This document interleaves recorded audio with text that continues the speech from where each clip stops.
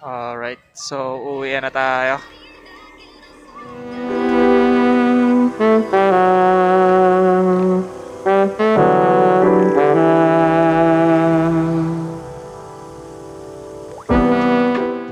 Since kalalabas lang natin ngayong 5 PM, tsaka medyo nagugutom din ako.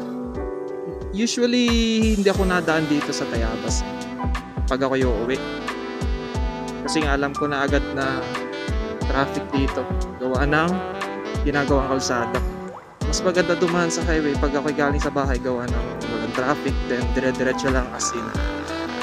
Kaya mabilis akong makauwi. At since ngayon medyo nagugutom ako, parang trip ko ngayon mag-pansit ab-ab. Try natin yung pansit ab-ab sa, hindi ko alam kung anong barangay yun. Barangay Mateuna ba yun? Hindi ko sure eh. Basta malapit na siya sa may Papagbilaw na road. Doon tayo pupunta ngayon sa barangay Mateuna. Nandun kasi nakalinya yung mga tindahan ng mga pansit sa may tabing kalsada. So ayan na, inabutan na tayo ng traffic. One way na dito eh. Gugutom na ako.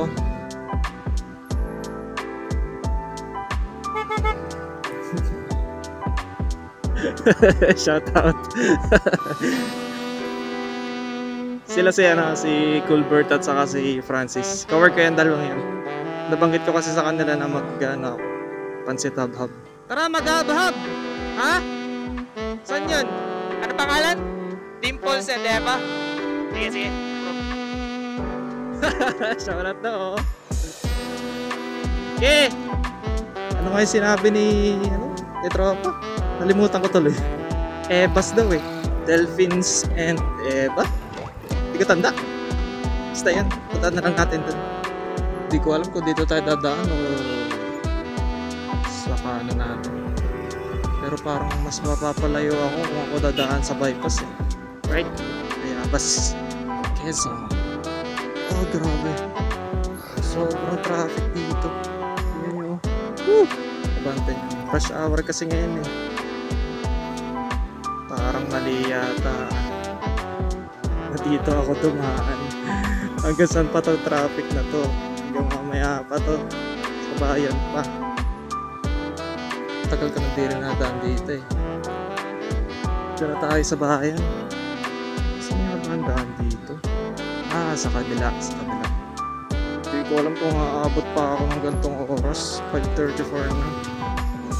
Kasi nung galing tayo sa cafe, mga gantong oras ako nakarating ng kalsada nung may mga pansit pero wala na eh. Sana naman meron ngayon. Style siya, mga Spaniards time pa. Doon sa kabila yung Calyabudin pero hindi tayo doon dadaan.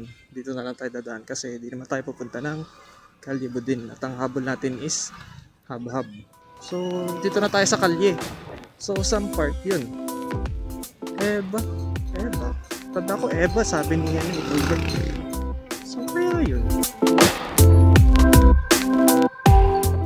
Dito ba yun? Hindi dito. Galing na rin ako dito dati. Wala ka rin naman. Ito yata. Eva yata sila dito. May hab-hab pa po? Ayun. Bagong luto. Hanap lang tayo ng parking space. Kahit dito na lang siguro. Okay na to dito. Mabilis. Hindi naman tayo magtatagal. Sobrang busy ng kalsada. Uwian kasi ngayon eh.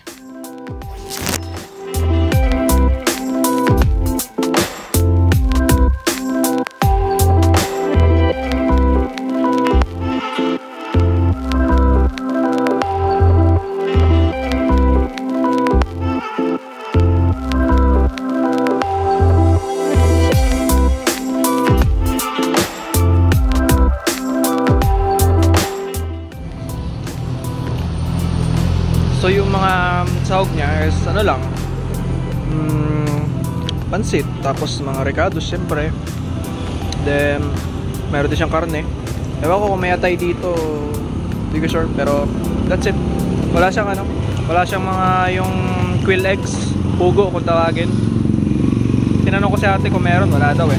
Pero okay na to. For only 10 pesos lang naman, sulit na.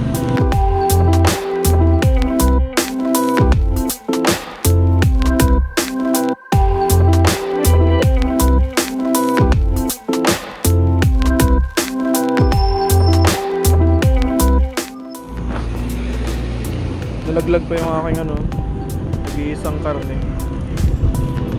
Southside.